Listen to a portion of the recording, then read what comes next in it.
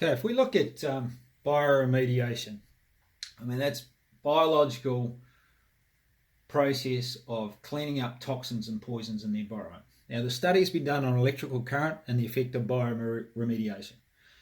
Now, that's just dispersing or breaking down hydrocarbons and other products of carbon complexes, and it's shown to be quite effective.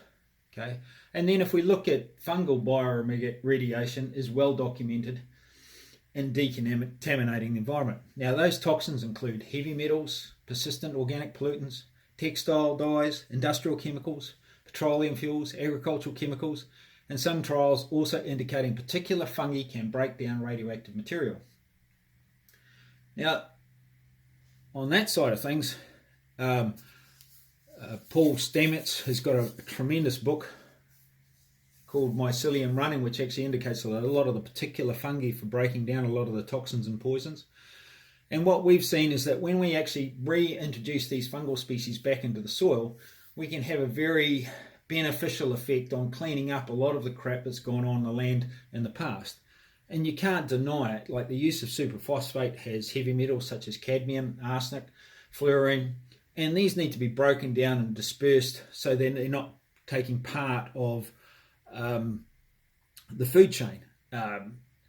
It's already documented that sheep over 12 months of age, you cannot use the organs for human consumption because of the amount of cadmium in it. So there are ways to break down the material and get your soils clean again, and you've got to think that it's going to have a beneficial effect all around on your production as well.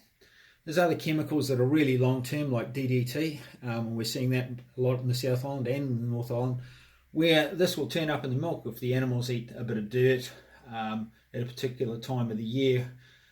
So we're seeing that this has stopped some 30 or 40 years ago. Well, it has to have a negative impact on your productive capacity of the soil, the quality of the products that you're actually producing.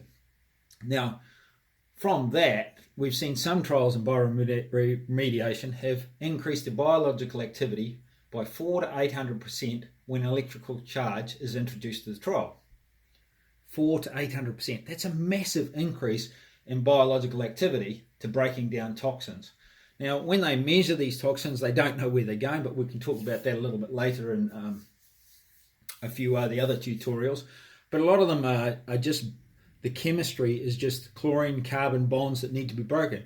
By themselves, they're not toxic at all. It's just the way that those products are put together that actually create the toxicity. So what you're really looking for is biology that can help break down those chemicals on a minute level. And as long as there's not too much of it there, particular fungi can break that down. So if we add electricity to that, we can increase that biological breakdown and have a massive effect on our productive capacity of our soils, especially the quality of what we're producing.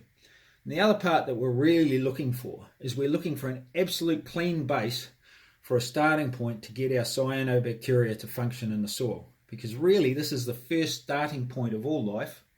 And if we don't get that right, we're actually going to have defects right the way through. And we don't want that. We want it bang on right from the word go. So if you want to get these fungi working in electrical system, these are why we have to encompass this whole process of actually bringing in the minerals and getting the pH right and all of these factors of taking out the aluminium and a whole lot of other parts in this whole process so that all of these systems can work synergistically together to get us an absolute optimum outcome for a minimum input. Now, nature does this stuff for us.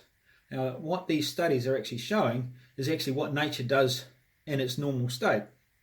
What we have to do is get nature back up and running and facilitate it the best we know how. I mean, we can't do nature's job. All we can do is feed it and put these things in place and allow it to do its job.